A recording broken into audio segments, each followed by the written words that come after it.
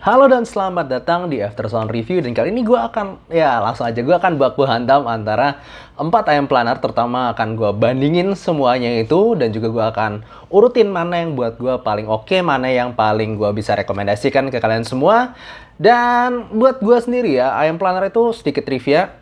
Buat gue ayam planar itu, kalau dulu itu kayak cuman segelintir orang yang suka. Karena tuningannya itu beda sama tuningan biasa ya. Agak niche market lah. Dan juga dia cukup susah di drive. Jadi ya perlu beberapa perlengkapan khusus lah yang bikin dia itu enak. Kalau nggak susah juga di drive.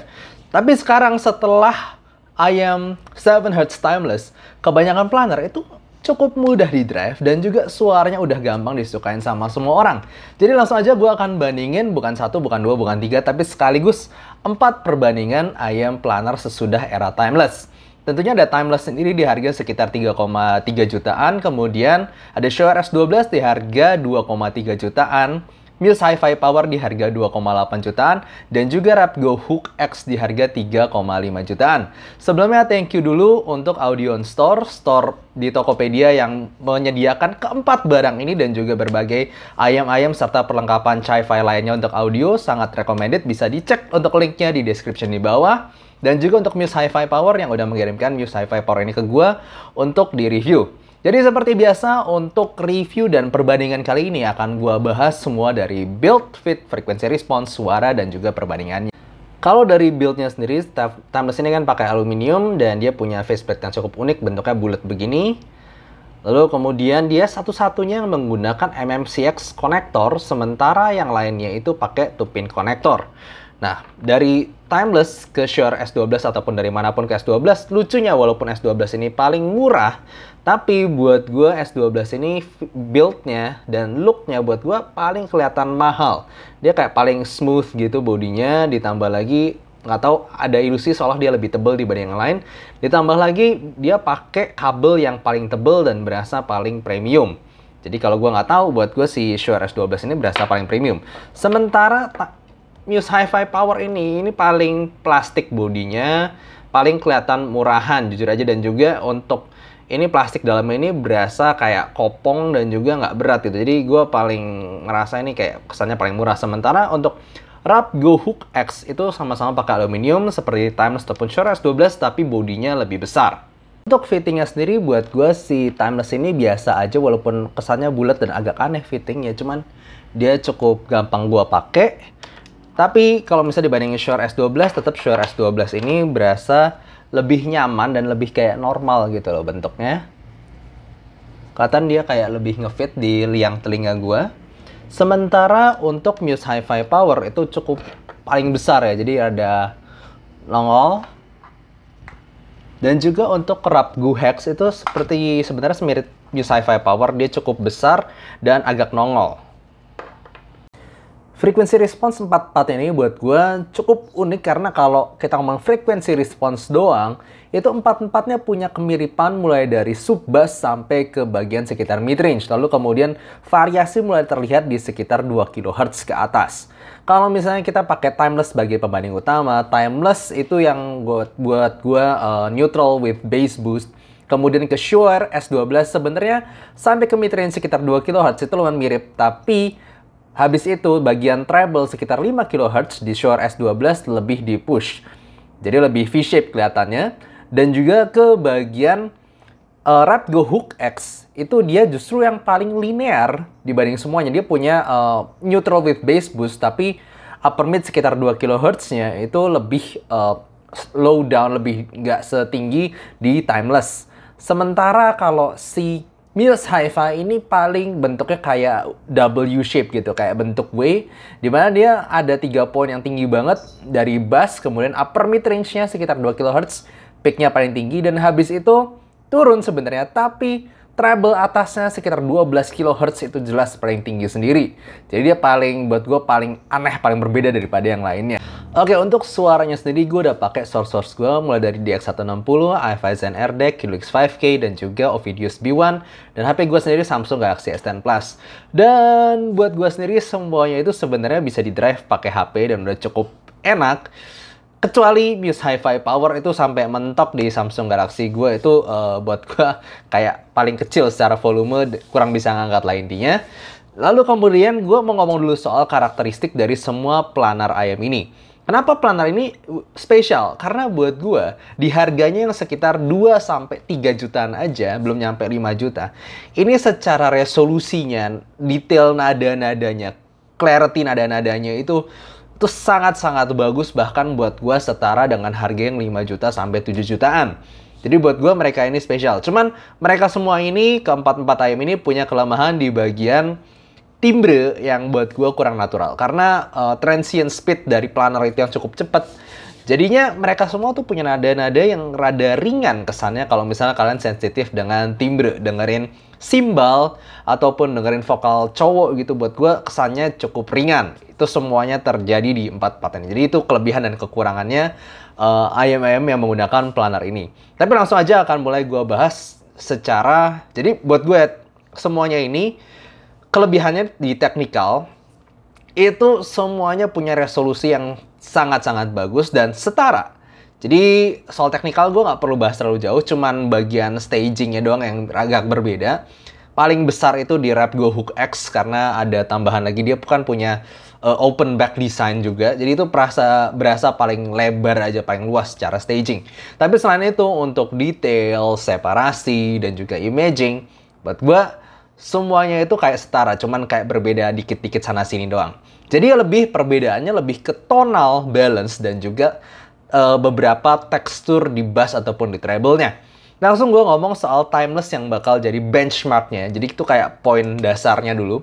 Timeless buat gue punya suara yang cukup balance. Mulai dari bassnya energik, vokalnya cukup maju, energik juga. Dan treble-nya juga berasa fun, energik, impact-nya bagus. Mulai dari bass sampai treble, semuanya tuh lu bisa ngerasain secara balance gitu ya. Semuanya fun, semuanya asik, tapi semuanya clear dan lu nggak nemuin sibilance ataupun ada aneh-aneh di situ yang kasar sampai picky-picky sampai shouty. Enggak. Cuman kalau misalnya gue ngomong beberapa kelemahan Timeless yang gue rasa itu kadang di bagian bassnya itu kadang sedikit bloomy ya, kayak mukulnya tuh nggak bener-bener fokus tengah ceduk gitu, cuman rada kayak ngebulet rada gede gitu, duk gitu loh. Lalu kemudian di bagian treble sendiri, kadang tekstur untuk denger simbal itu sedikit grainy, sedikit kasar. Tapi itu pun nggak sampai parah-parah banget. Masih gue rasa overall good lah. Nah dari Timeless ini yang buat gue adalah IM yang sangat-sangat all-rounder. Kita ngomong ke Shure S12. Shure S12 itu punya suara yang overall lebih V-shape. Yes. Jadi mungkin untuk beberapa lagu lu bisa bakal ngerasa lebih intens gitu, lebih tajam, bukan lebih tajam, lebih kayak maju treble-nya. Jadi kayak lu denger simbal ces-ces-cesnya itu atau cering-cering-ceringnya itu lebih berasa, dan juga untuk vokal cewek itu kadang bisa lebih berasa kesannya tipis. Tapi yang gue suka dari S12 ini adalah sebenarnya fokus bass yang gue ngomong tadi di Timeless yang gue ngerasa kadang agak gemuk gitu, kayak nggak fokus banget di tengah gitu. Si S12 dia punya bass yang lebih tight, jadi kayak lebih fokus gitu pukulannya. Sementara untuk volume bass sebenarnya mirip, kuantitas bassnya mirip, cuman kayak lebih fokus gue ngerasa ada di si Shure S12 ini.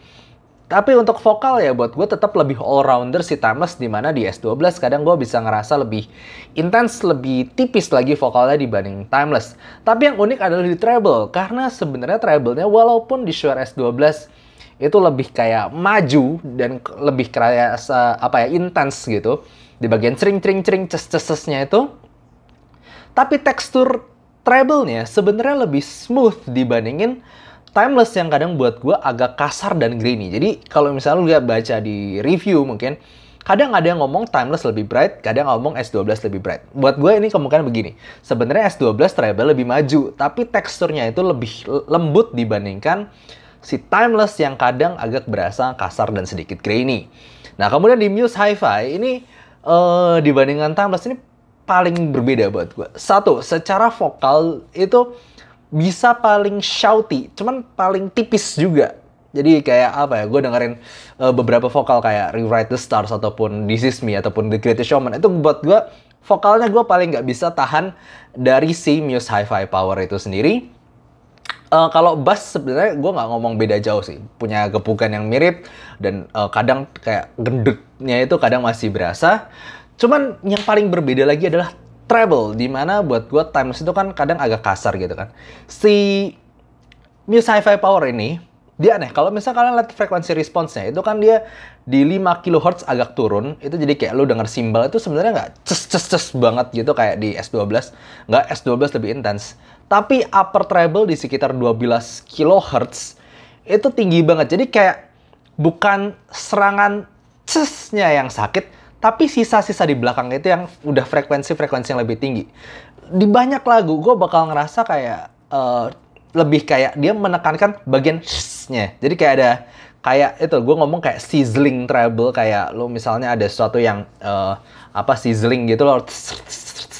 Ada suara gak jelas yang bikin Muse Hi-Fi Power ini treble-nya paling gak natural. Enggak, gue gak ngomong dia paling tajam, paling nyerang gitu, rada nyerang kayak S12, enggak. Tapi dia paling gak natural karena kayak nya itu paling berasa di banyak lagu. Gue gak perlu kasih contoh. Pokoknya lagu yang agak kasar ada S-nya itu udah kedengeran banget. Jadi Muse Hi-Fi Power ini buat gue tonalnya paling aneh. Sementara kalau di Rap Gohook X, gue pribadi cukup yakin ini mungkin banyak orang yang bakal paling menyukai Rap Gohook X ini karena dia paling berasa all-rounder buat gue, bahkan lebih all-rounder daripada Timeless.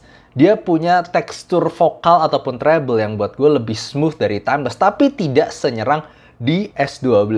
Jadi dia paling gue ngomong bisa denger lama lah ya. Jadi dia, tapi ada kelemahan jadi kalau ke tonal aja, gue ngerasa Rap Gohook X ini yang paling mendekati ideal versi gue. Cuman kelemahan dari Rap Gohook X di beberapa lagu. Dia kan satu-satunya, kalau yang tadi 3 ayam tadi, Muse Hi-Fi, Shure S12, Timeless, itu semuanya pakai single planar. Sementara di di Rap Gohook X ini dia punya pakai piezoelectric driver. Itu buat gue beberapa lagu, nggak semua, beberapa lagu itu bisa kedengeran dia seolah punya timbre dan juga sedikit berbeda. Jadi kayak agak kurang koheren di beberapa lagu aja. Nggak semua, di beberapa lagu aja. Tapi selain itu buat gue sebenarnya tonalnya paling gampang direkomendasikan si Rap Gohook X ini. Karena dia lebih nggak intense upper mid ataupun treble dibandingin si Timeless ataupun S12. Tapi kalau lu yang suka treble, mungkin lu bakal pilih S12 ataupun Timeless. Karena Rap Gohook X ini treble-nya itu paling smooth dan paling tidak extended. Walaupun bass sampai ke upper mid range-nya paling buat gue paling gampang balance, paling gampang direkomendasikan. Oke, jadi kepada kesimpulannya, buat gue sebenarnya Timeless itu masih paling yang all-rounder, paling gak aneh-aneh dibanding semuanya. Paling gampang, rekomendasi pilihan aman Timeless itu udah jelas bagus gitu. Nah, kemudian ke S12 adalah mungkin untuk orang-orang yang lebih suka lagu rock. Karena dia lebih intens di bagian treble. Dan juga sebenarnya punya build fit yang lebih paling bagus malah dari semuanya. Dan juga kalau kita ngomong value, itu udah nggak bisa dikalahin. Karena dia walaupun agak intens tadi suaranya, cuman secara resolusi dan detail, itu setara dengan yang lebih mahal tadi. Tinggal tonalnya suka apa enggak. Kemudian di Muse Hi-Fi Power, kalau lu percaya dengan review gue, ini paling tidak direkomendasikan karena secara build fit ataupun suara dia paling jelek gampangnya dari semuanya itu. Paling aneh tuningannya, paling nggak natural. Kemudian kalau Rap Gohook X itu justru mungkin beberapa orang paling wow karena stagingnya dan imaging itu kayak paling gede gitu. Tapi juga mungkin paling karena secara treble-nya dia paling tidak extended. Tapi selain itu buat gue sebenarnya tuningannya paling gampang direkomendasikan, paling nggak tajam-tajam gitu. Cuman kecuali dengan sedikit inkoherensi tadi. Nah, kalau lu tanya gue paling suka yang mana? Sebenarnya dari selera gue sendiri, gue paling suka si Rap Gohook X. Jadi gitu aja untuk showdown review kali ini dan semoga kalian suka. Dan kalau kalian suka jangan lupa kasih subscribe dan like. Jadi see you next time. Bye-bye. Kalau kalian tertarik dengan seputar kehidupan gue yang lebih nyantai tentang audio, bisa follow Instagram gue dari description. Dan juga rank list IM gue juga gue taruh di description. Dan selanjutnya gue juga berbagi ilmu tentang audio di playlist Soundblog berikut. Dan jangan lupa untuk saksikan live gue setiap hari Jumat jam 9 malam. See you next time.